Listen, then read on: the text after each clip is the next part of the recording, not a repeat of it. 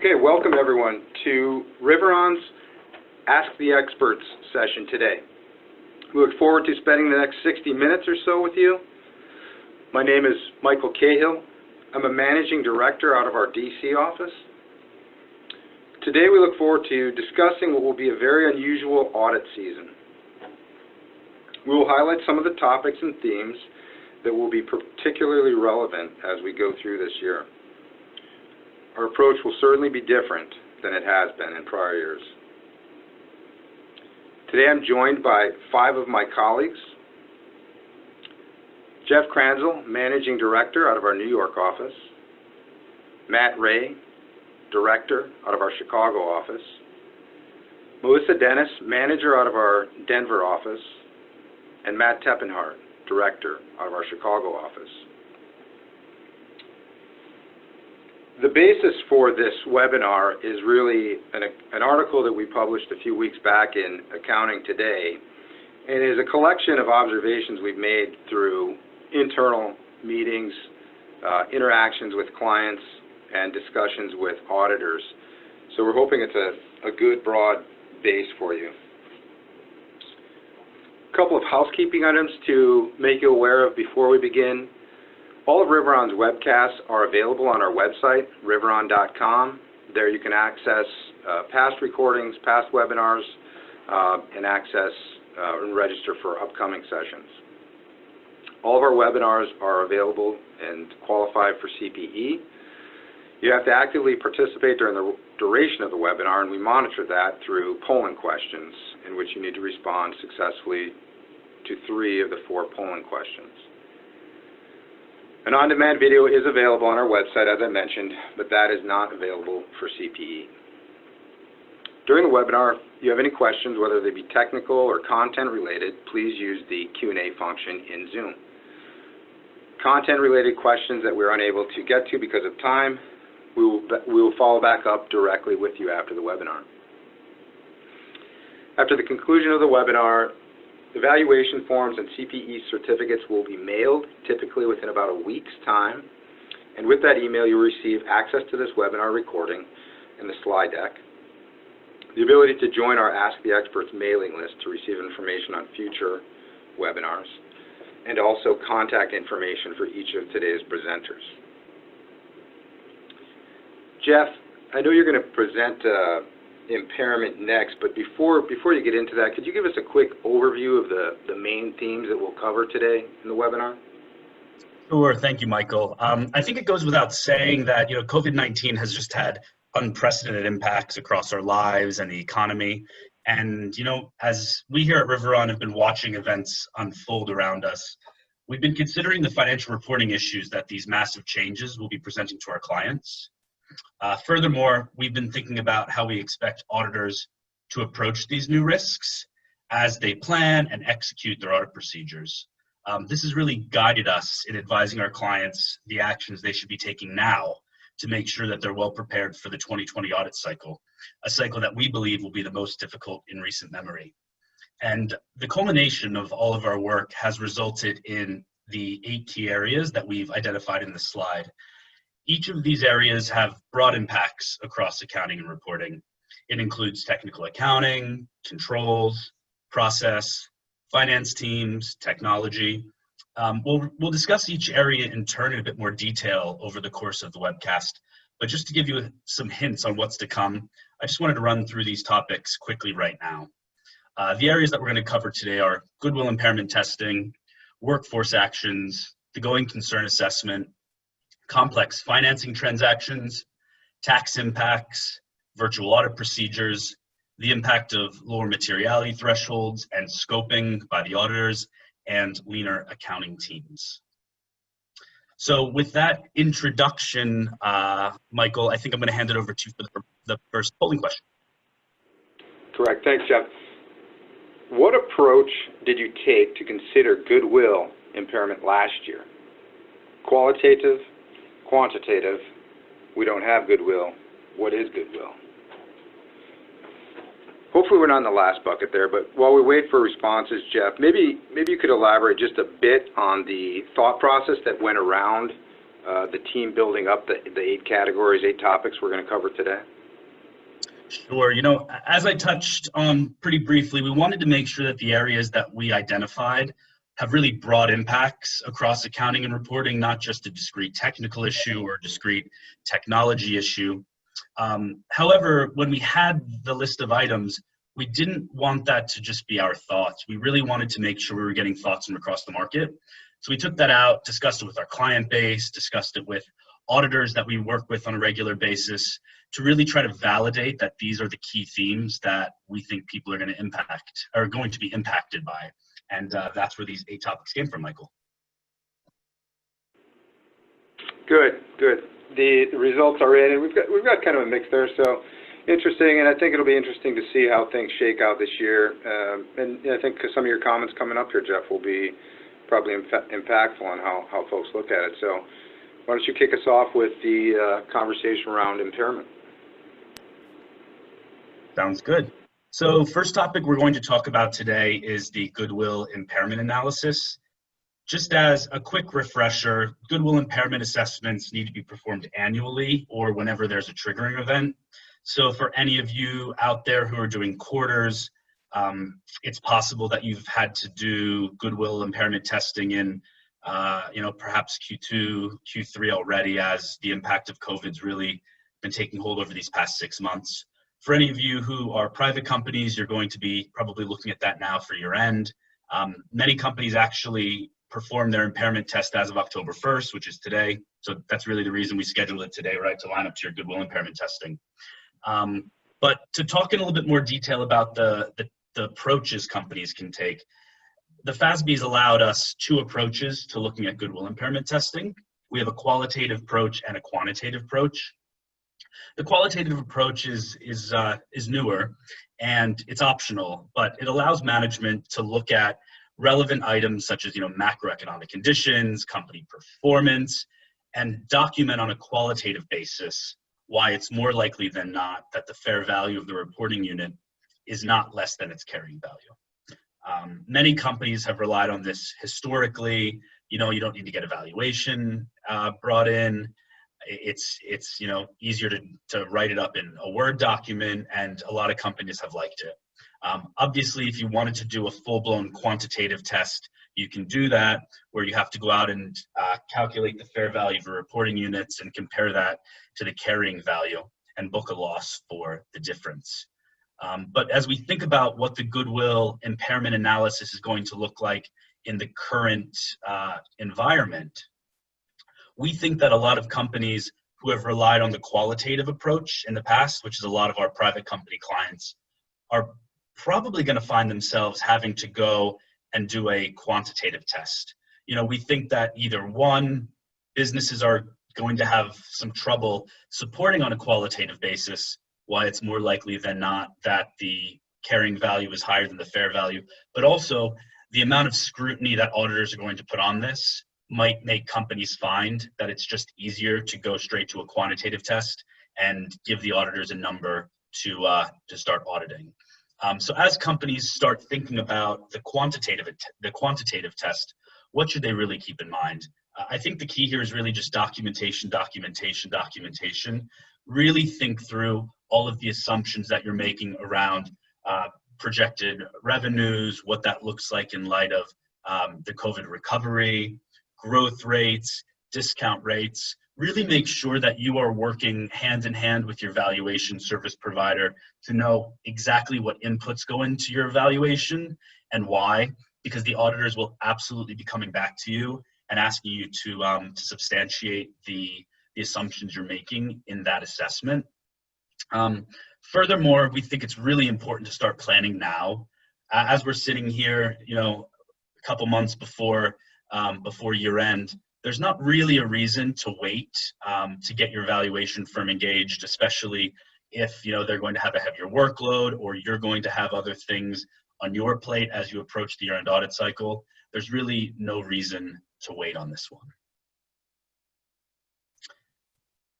So with that, I'm going to transition it back to Michael, I think, for polling question number 2. Correct. Thanks, Jeff. Polling question number 2, has your company faced a workforce reduction this year? Yes, we experienced furloughs. Yes, we experienced layoffs. Yes, we experienced furloughs and layoffs. No. So tough stuff going on, but you know, Jeff, your comment there was about the timing. I think that's relevant because I had a conversation with a couple of my audit partner friends last week, and I asked him, I said, you know, we're doing this webinar next week. What advice do you have? And he said, start early. And I think that really resonates. I think that's one of the themes that we want to get across to the group participating today. So start early. Matt, we know companies were forced to take, you know, difficult decisions. Obviously, the topics here on this polling question, but I think your section is going to get into some of the accounting aspects of that. So, looking forward to that. And as you can see, you know, a lot of you know, over 50% had to make some type of workforce change based on the polling response here. So, you know, to make you all aware of some of the accounting aspects of those personnel and workforce changes is the focus of this next section. So, Matt, please proceed. Yeah, thanks, Michael. Yeah, throughout the pandemic, we've really seen widespread efforts undertaken by companies to contain personnel costs, realign their workforce to meet reduced demand for products and services, but also adjust the strategy as the environment evolves. This has resulted in furloughs, voluntary and involuntary reductions in headcount, and other changes to existing employment agreements. And as we continue to see these workforce actions 6 months into the pandemic, as companies get better insight into what the coming months and years might look like for their business. Workforce actions along these lines can result in varied accounting treatment based on the specific details of each arrangement. So it's really, really important for companies to carefully consider the specific terms of each. Broadly, we're seeing the actions fall into three primary categories: the voluntary terminations, involuntary terminations, and then furlough programs. And we'll dive a little deeper into each. But first off, voluntary termination benefits are those that are offered by an employer, which an employee can choose to accept and are not binding until the employee and the employer agree on the details of the termination. This is, you know, a good example of this. We're seeing voluntary terminations in the airline industry. This results in recognition of the termination benefits as a liability and an expense at the point in time the employee irrevocably accepts the termination offer, and the amount can be reasonably estimated. Involuntary termination benefits, on the other hand, can take various forms, and the appropriate accounting primarily depends on whether the benefits will be paid under a contractual arrangement or a one-time benefit agreement. Contractual termination benefits, these are the benefits that are required under a pre-existing plan upon the occurrence of a specified event, such as the closure of a factory. For example, these are the benefits that might be required under a union contract or some other type of labor agreement. In these situations, the employer is contractually bound to pay the termination benefits once the event occurs. These contractual termination benefits are recognized as a liability and expensed once it becomes probable the event will occur and the amount can be reasonably estimated. Then one-time termination benefits are the benefits that are not subject to a pre-existing plan or may be incremental to such a plan. For example, this would apply to companies without a pre-existing plan that decided to lay off employees either immediately or within a certain time frame, or if the layoffs were subject to a contractual arrangement, but that the benefit being offered was incremental to what was required.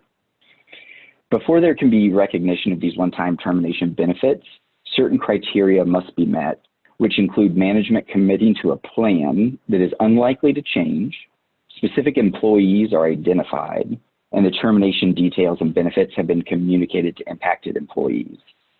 Once these criteria are met, if there's no additional service required of the employee, the liability and expense are recognized immediately. However, if the employee is required to continue working for a period of time, say 60, 90 days, the liability is measured at fair value and recognized ratably over the future service period. And then furlough arrangements, which we've seen quite a bit of, are those that generally involve employees taking mandatory time off with zero or reduced pay and may involve certain retained fringe benefits such as vacation or health care. Under a furlough arrangement that provides benefits that vest or accumulate, such as vacation days, the benefits are accrued when the costs are both probable and reasonably estimable. On the other hand, benefits that do not vest, such as medical and dental benefits, timing of the recognition depends on the status of the employee. When the employee is considered active, benefits are expensed as incurred. When the employee is considered inactive, the liability is accrued once the costs become probable and reasonably estimable. And if they cannot be for some reason, then they're just expensed as incurred. These type of workforce actions are challenging from an organizational perspective, but the accounting can also be complex. We've covered the broad strokes of the primary employment actions companies have been taking, but arrangements can be tailored in various ways that would impact the accounting. If your company has already undertaken these arrangements, now is a good time to make sure the accounting is locked down. If your company is considering future actions, consider getting the accounting team involved early in the process to understand the accounting implications of some of the options that will be available. And with that, I'll kick it over to Matt Teppenhart to talk about going concern. Thanks, Matt. Similar to the first couple of topics here, there really isn't a change that we're seeing in the standards.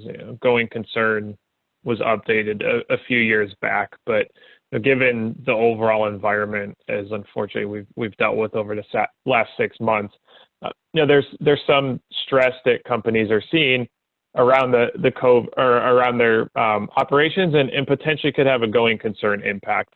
And as we start thinking through going concern here, it may not apply to everybody in terms of your future outlook, whether or not you're going to be able to make your obligations over the next 12 months.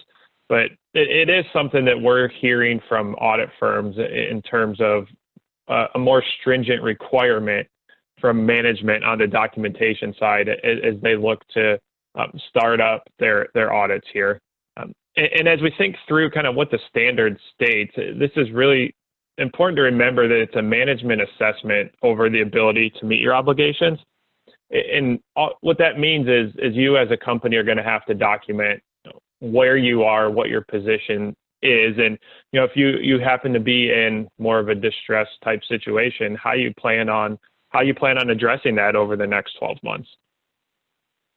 We've seen some companies here filing bankruptcy. Others are reevaluating what their non-core assets are and what the go-forward business strategies may be. We also see some stronger type industries in which there's heavy IPO and SPAC activity. So this is really going to be a case-by-case basis in terms of what your impact is. However, just thinking through overall what we've heard, it really is something you're going to maybe want to document regardless of whether or not you have a strong plan or strong operations in place. And just to kind of move into a couple of pointers here to guide you through that documentation. As Jeff mentioned earlier, planning early is important, and we're into Q4 here. It doesn't seem like it, but Q4 starts today if you're on a calendar year end. It doesn't hurt to start thinking through where you're going to be next year. I know a lot of companies are probably looking at forecasts for 2021, so it's an ideal time as well to evaluate where you may be from a going concern perspective. And going concern in your obligations isn't just can you make your normal operational payments, but coming due in 2021, do you have debt payments? Do you maybe have a change in what your debt covenants are? Your ratios may be changing. Do you have purchase commitment obligations that maybe you aren't going to actually acquire that material or whatever the product may be, and so you've got true cash outlay that it's not going to generate revenue for you. A lot of different things to think about. It isn't a one size fits all, but it just comes down to what your business is, what your environment is, and where you see yourself going in the next 12 months. And as you think about that, we've seen early on in the year, back in Q1, a lot of companies were thinking that this was just going to be a short-term impact, and I don't think that's unreasonable. Nobody thought we'd still be talking about this today, but here we are 6 months later, and we still maybe haven't seen full turnaround. So it's important when you do forecast, if you're forecasting a quick turnaround for your business, to think about what support do you have for that? Is there a lot of sound documentation behind it? Is it just something that you're hoping happens? And that's where you're going to get challenged, not necessarily in a bad way, but the auditors are going to want to be able to see support for this and ensure as they put it into their work papers that they feel good about it as well. So just something to start thinking about. And if you do have to be or happen to be in a position where maybe the next 12 months are a little murky for you, that's not an end all here. As long as you have a plan that you can document and put in place and make sure that you have a timeline to implement it. And as long as if you have support and good support for that, it may not be as big of a concern, but it's just something that we have to do. And like I said, the last couple of years, maybe this is a 1 paragraph, 2 paragraph type memo. We put it in the file and move on. We're just not seeing that this year. We're hearing that it's got to be more robust. And as you start thinking about forecasting for Goodwill, as Jeff mentioned, or as we talk tax in a little bit, forecasting from a tax planning perspective, those are all going to have to align. You've got to prepare them anyways, so you can leverage those as you think about going concern. And the one final thing to think about here too is, as you do put a timeline and plan in place, you may be thinking about additional financing type arrangements or transactions, or how do you modify your current debt? Can we enter into new debt to help us pay off what we have to over the next few years? And what's that going to look like? And I'm going to pass it on to Jeff to talk through it as we think about financing transactions, especially some that are a little bit more complex. There's a lot of different accounting things to think about, especially as you plan up front before you actually sign a deal. Great, thanks, Matt. Like Matt said, many companies are really finding that the economic recovery is slower than initially expected, and it doesn't really appear that government support is on its way, at least in the near term. So companies have really been looking at one-off kind of ways to manage their liquidity. So this is included for some companies a renegotiation of some of their liabilities, or also looking at alternative ways to raise some cash. So certainly on the cash raising side, we've seen companies explore issuances of warrants or preferred securities, other types of instruments, or looking to get cash from their accounts receivable, maybe via invoice financing arrangements or factoring arrangements. And certainly on the liability side, just going to creditors and undertaking negotiations to try to push out the terms or lower the rate or something else. So I think the important thing here is, as companies are considering these types of one-off transactions, it's really important that treasurers and CFOs make sure that they're keeping their controllers and their accounting teams involved here. Often what we're finding is the bankers and the lawyers are really getting ahead of the accountants on this. And so while it might be the right move for the business, there really isn't a thorough evaluation of the accounting treatment that's done before everybody signs on the dotted line. For example, I recently worked with a client who called and they had just finished up a notes issuance and some warrants. And what we found was there was a clause that was inserted by the lawyers at the very last second, and it actually blew up equity classification for them. So now, because they just put that term in at the last minute and executed the documents, they're going to have to mark the warrants to market, and the notes are liabilities. So definitely wasn't the preferred outcome on that one. They were really hoping to get some equity classification. And then off the back of that, it really made them have to go back and look what the impact of all of these new liabilities meant for their debt covenants, leverage ratio, debt coverage ratio, all those other important financial metrics. So I think the key here is really bring the accounting teams along and engage with your auditors early on these things. Audit teams are probably going to be consulting with the specialist accounting groups or even the national office before they'll be signing off on the proposed accounting treatment. So what I find is really best practice here is, as you're negotiating terms either with the bank or the counterparty or whatever, take the draft legal agreements and get those in front of your auditors and do your best to get them to agree the accounting treatment that you're proposing before you sign off on it. Because at that point, at least when you go into it, you're going to know exactly how to account for it, and there won't be any surprises, like my client who didn't check on the accounting treatment for that clause on the warrants. So talking about that piece of it, we're going to move into a quick refresher on ASC 470 on debt modifications. So a lot of clients are looking to renegotiate terms of their debt with their creditors. Just wanted to run through it. We have some more robust publications on this on our website, but just a refresher here. So the first thing that you need to do when you undergo a debt modification is determine if it qualifies as a troubled debt restructuring or not. That's kind of the gating question. So the definition of a troubled debt restructuring is that the debtor must be experiencing financial difficulties and the lender must grant a concession, right? So the point here is if you're struggling to pay your debt because of COVID or something else and you get a deal from the lenders, that's going to be a TDR.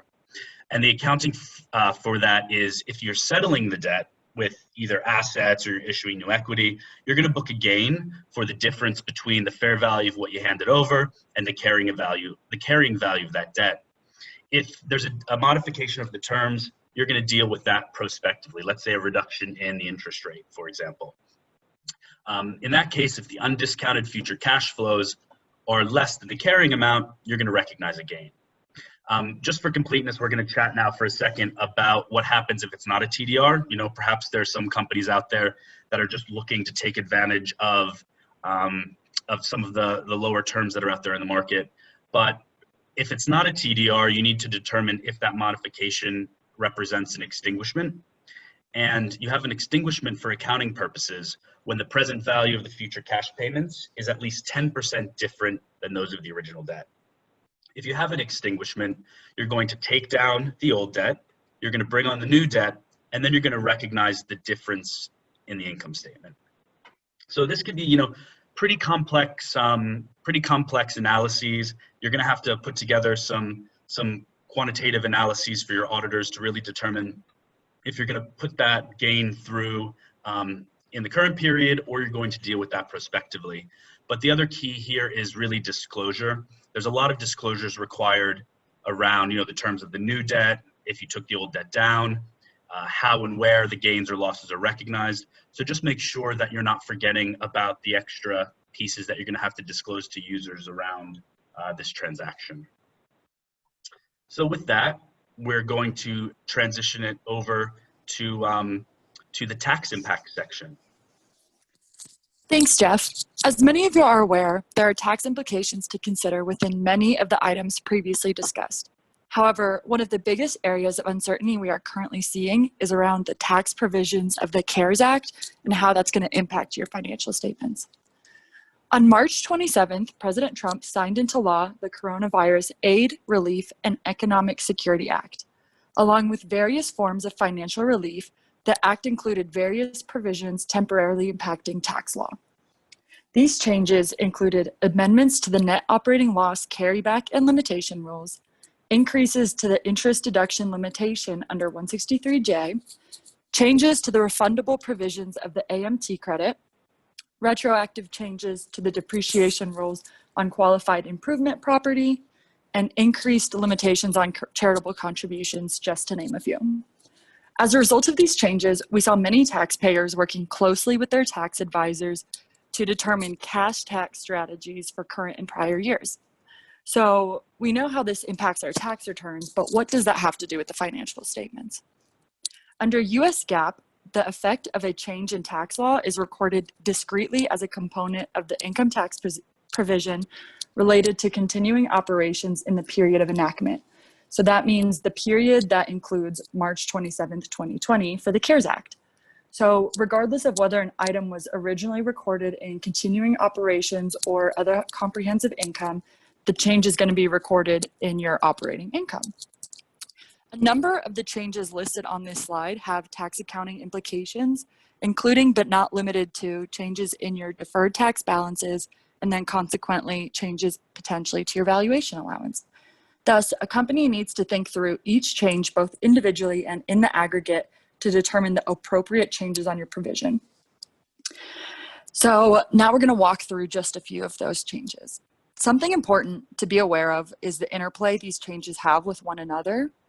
For purposes of this presentation, we'll briefly touch on the interaction from a high level, but please keep in mind that extensive tax modeling may be necessary to determine the changes to the income tax provision, given the interrelationships between various tax provisions, such as GILTI, BEAT, interest expense deductibility, and net operating losses. So first listed on the slide is the changes to 163J. When we think about that, an increased limitation for 2019 or 2020 means increased interest deductibility.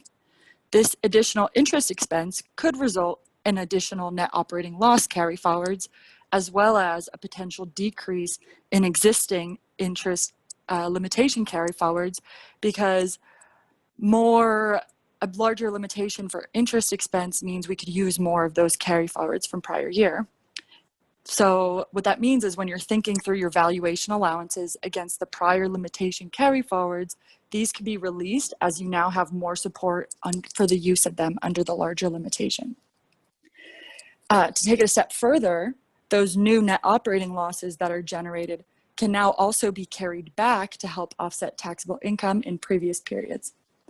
As a company carries back those net operating losses, whether that be 2019 and 2020 losses or existing 2018 loss carry forwards, other tax attributes previously used may be limited and carried forward as deferred tax assets, subject to a valuation allowance analysis. This is because many tax attributes are subject to taxable income limitations and hierarchies of use. So the more losses you use in a prior period could in turn mean less of another attribute previously used. And then again, to take it a step further there, in thinking through your valuation allowance, taxable income in prior carryback years is one of the 4 sources of taxable income provided by ASC 740 to support realization of deferred tax assets. So previously, the Tax Cuts and Jobs Act removed the ability for net operating losses to be carried back as it related to losses generated in 2018 onwards. Well, now, since there is the 5-year carryback, a valuation allowance might not be necessary for those existing net operating losses if there is taxable income in prior years to be offset. Lastly, similarly to the others, if a company is amending a prior return to adjust for the qualified improvement property deduction, that deduction could in turn increase net operating loss carry-forwards or impact the utilization of other tax attributes that were previously used. And then those would then be carried forward as deferred tax assets, and then also, again, subject to a valuation allowance analysis.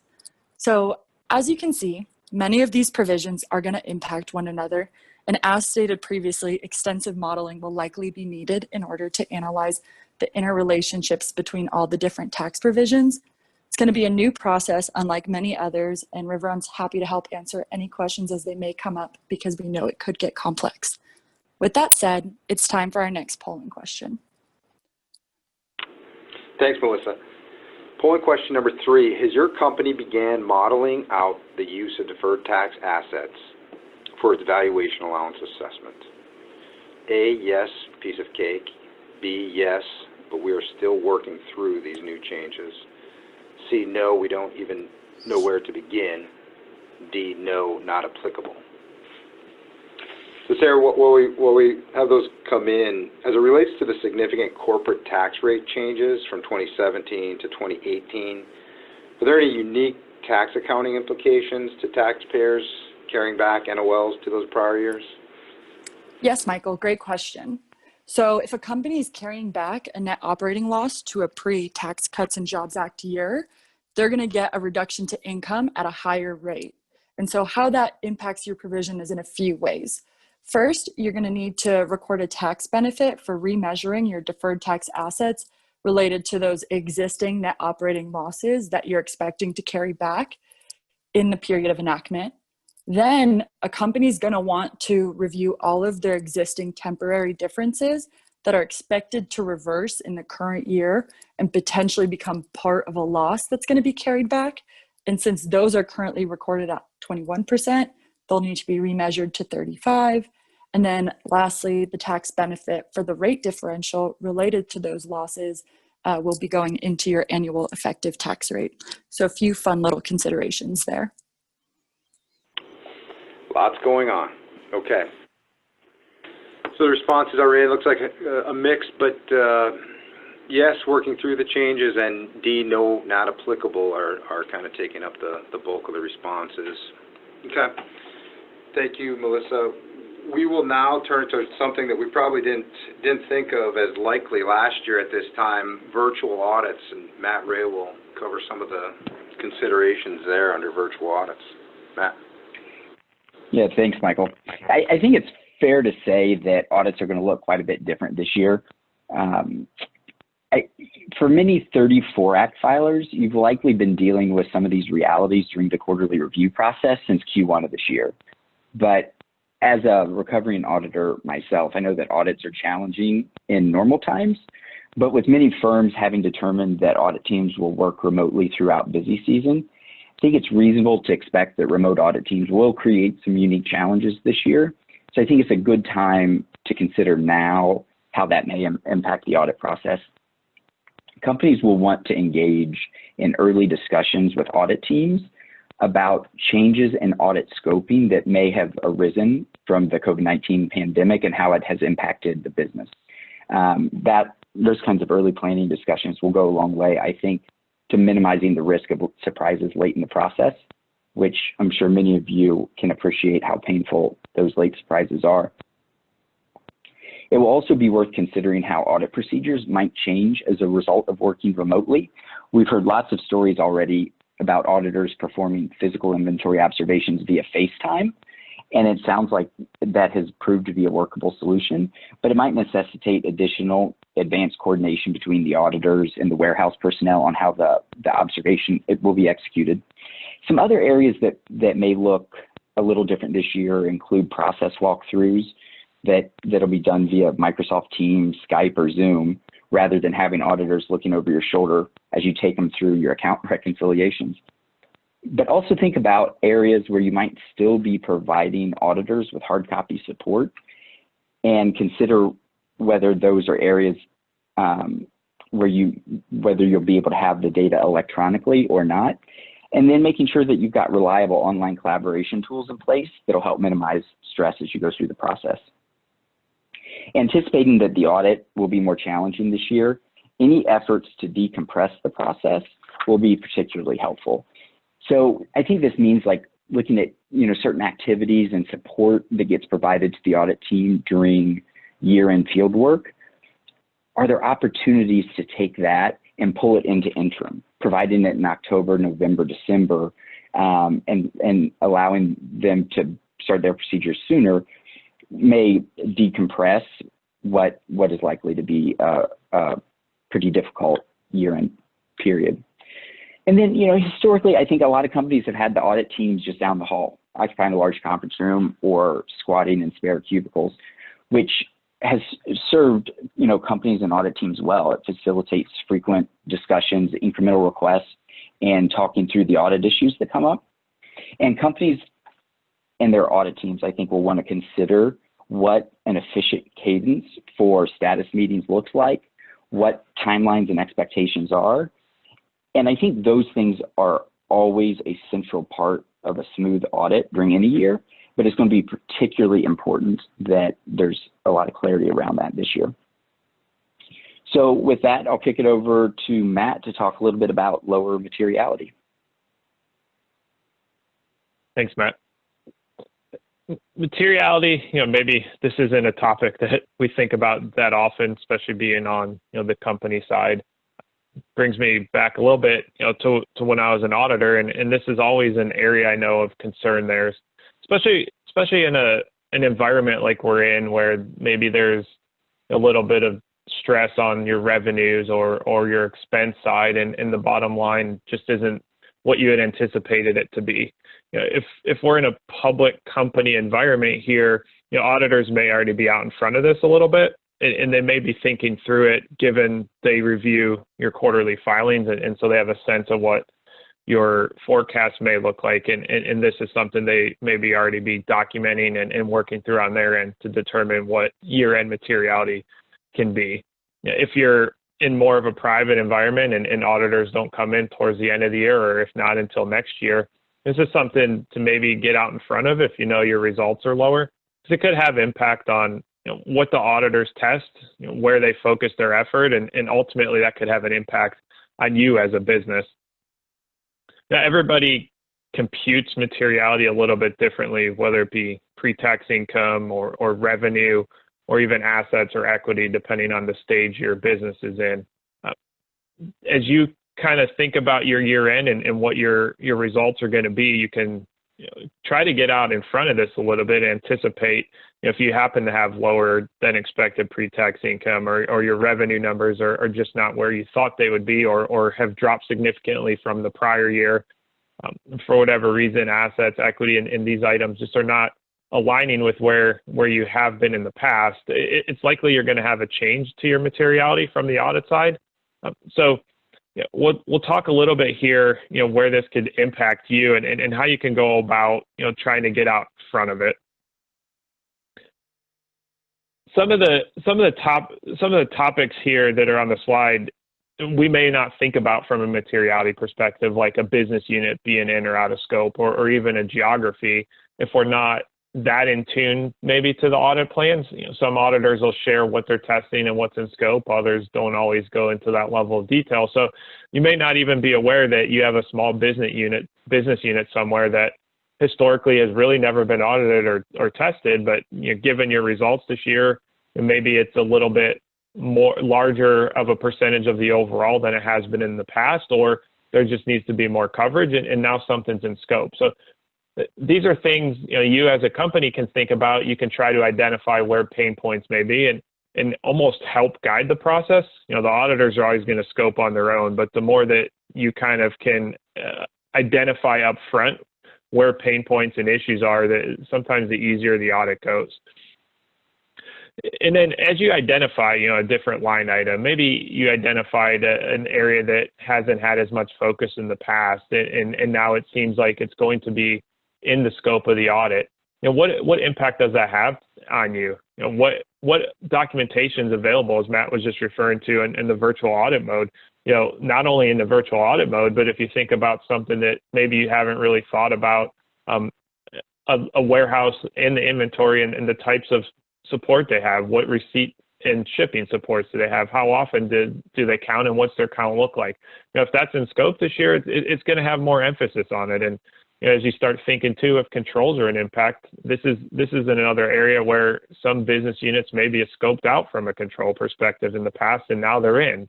It doesn't mean you've neglected the controls historically, but it may mean that you need to reevaluate your processes there and ensure that the documentation is all in a row before you get to year end, and the auditors start finding an issue. The more planning we do, the better preparation we have. Obviously, the better that everything goes from an audit perspective, and it's always better if we find something on a management side than if the auditors do, because you can get out in front of it, express what the issue is, and try to start working through the resolution before somebody else identifies it. As we kind of think through this and the other topics here, some of this may put some stress as well on your team members, given the discussion early on workforce reductions, and we may be leaner on staff. I'm going to pass it over to Matt to wrap up the last topic that we have here, as kind of pulling all this together and thinking through what impacts you may have, not only just on your audit, but just having a leaner accounting team in general. Yeah, Matt, I think you're absolutely right. When we think about leaner accounting teams, it is closely related to our earlier discussion around the workforce actions, as we've seen many accounting departments impacted as well. Whether it has been furlough programs, terminations, or, hiring freezes on vacant positions.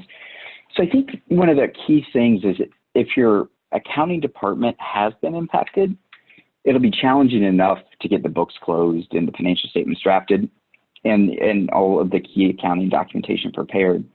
But also, all the topics that we've discussed here today are really likely to result in more work during the 2020 year-end process, not less. But I do think, especially for 12/31 year-end companies, there's opportunity now to get ahead of it and to get ahead of the challenges and start preparing for the 2020 audit cycle, because I think it's going to be important to start early and plan thoughtfully. I mean, we expect that the technical areas, particularly going concern, impairments, financing, and other non-recurring transactions, will require significantly more robust analyses and documentation prepared by management and further subjected to heavy scrutiny by audit teams. So starting early, which I think is a theme that you've heard kind of throughout the last 45, 50 minutes, will allow the extra time that's going to be required to prepare the analysis and the documentation, but it'll also facilitate enough time for the more robust auditor review. Because we've certainly heard that there are key areas where there will be national office and concurring partner reviews that maybe haven't happened in prior years. And further to Matt's comments on materiality and potential changes in audit scope, if you anticipate a change in audit scope, really thinking through early consideration of those additional locations, accounts, or systems that are coming into scope, and investing early time into planning discussions with the audit team to make sure we understand what and how they plan to test, ensure the appropriate controls are in place, and scrubbing the documentation to catch any potential audit issues that may have previously been undetected. And also, as we discussed earlier, this is an environment where many of us are working remotely, including the auditors, which will incorporate some additional complexities. So as you take time to plan, and I would encourage everyone to do it soon, review the closed calendar, review timing of kind of key analyses and deliverables and assignments, who's responsible for it, and consider whether there's a need to rebalance workloads or whether you might need to augment the team with additional resources or accounting advisors.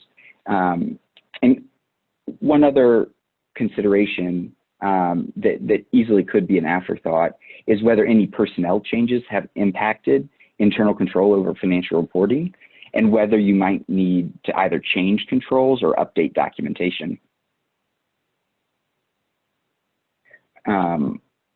And so I think, one of the key things is as we've been discussing these issues over the last several weeks with auditors and clients, it has become absolutely clear that thoughtful planning now around some of these areas we've highlighted will have a tremendous impact on how the next several months play out. And a lot of companies may have several of these issues, well in hand, but thinking through it will help to mitigate the risk of any surprises late in the audit process. So with that, Michael, I'll kick it back over to you. I think we've got our final polling question. Correct. Thank you, Matt. Polling number 4, what is your biggest area of concern heading into this audit cycle? A, impairment testing. B, going concern. C, changes in scope. D, working virtually. Or E, we feel prepared. Hopefully most are in the E bucket, but I'm sure there's some uncertainty. While that gets completed, Jeff, one of the questions we had come in that I think would be interesting to talk about is, asking us from our conversations with clients, any meetings we've had with them to develop, new strategies around the 2020 audit cycle. What are some of the tips or tricks that we can share of how we've done that?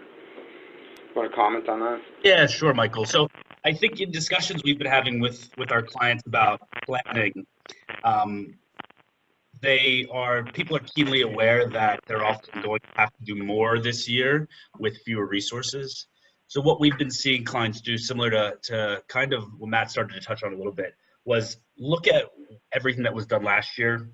For example, look at your last PBC list from last year's audit, figure out what's going to be added this year based upon a lot of the things we talked about today, any other transactions you've undertaken, and what's going to come off of that list, and then put resources against that, right? So to the extent you have a smaller team this year than last year, and you have more work you're going to need to prepare for the audit, you're going to have to figure out how to either bring some of that work forward or fill that resource gap. So we are seeing people looking at it almost like a project plan or a resource plan for the year-end audit, Michael. Okay. Wow, so that's a pretty interesting split there on the results of the final polling question. So different topics affecting different folks differently, with the remote virtual piece being the most impactful. I think one other question that maybe if we can touch on this quickly, Jeff, probably coming back to you again, and maybe expand on the topic first just for those that might not be as familiar, but any accounting issues to consider regarding factoring arrangements or invoice financing arrangements? Yeah, sure. So I think, a lot of customers, so a lot of businesses that have high quality accounts receivable will or high quality and recurring accounts receivable. So think about if you're like a technology business that's billing a lot of customers monthly, and they're not going to stop paying you because you'll shut off, their cloud computing services or something like that. Companies are looking to get financing against that. And so there's lots of different ways that companies work with lenders to do that, but some of those arrangements will result in an accounting treatment that allows the company to take those receivables off their balance sheet and book the cash with an associated likely loss. Other types of arrangements get accounted for similar to like a line of credit, something like that. So all the receivables are going to stay on your balance sheet, but you're going to account for the cash you receive as a loan. So companies need to be really sure as they work with their bankers and look at these types of arrangements that it's structured in a way to get off balance sheet treatment if that's something that they seek to achieve, or plan for the additional leverage if they are going to do a simple secured borrowing. So I think the key, Michael, like this, similar to the other ones, is this is definitely a transaction. These types of transactions, you want to make sure you're working with your auditors and your advisors at the front end, so that there's no surprises at the end after you sign that you have to now consolidate some entity that has a bunch of shit in it. Great. Thanks, Jeff, for expanding on that. So we appreciate your time today. Thanks for joining us. Thank you to my colleagues for spending the time preparing and sharing these topics with us. So thank you very much. We've got some of our materials are available, as I mentioned, on our website, riveron.com. That first one there, an audit cycle unlike any other, that was the Accounting Today article that I referenced, some other topics. And then you'll get this deck. It'll come out with the CPE certificate and the evaluation form, so you can click through on any of these items, as well as requesting contact information to speak with one of the presenters as needed. If we didn't get to one of your questions during the webinar, we will follow up with you and appreciate your time. But we also just invite you to come back and join us again. We'll have another webinar. The next one we're excited to say is, an M&A topic that's market is heating up. So we're going to have managing a successful transaction close and talking about some of the transaction closing risks, negotiating, SPA, net working capital adjustments, TSAs, and those types of topics on October 15th. So please check back in on October 15th. We hope you and your families are all safe and doing well, and that we'll talk again soon. Thanks for joining us today. Bye-bye.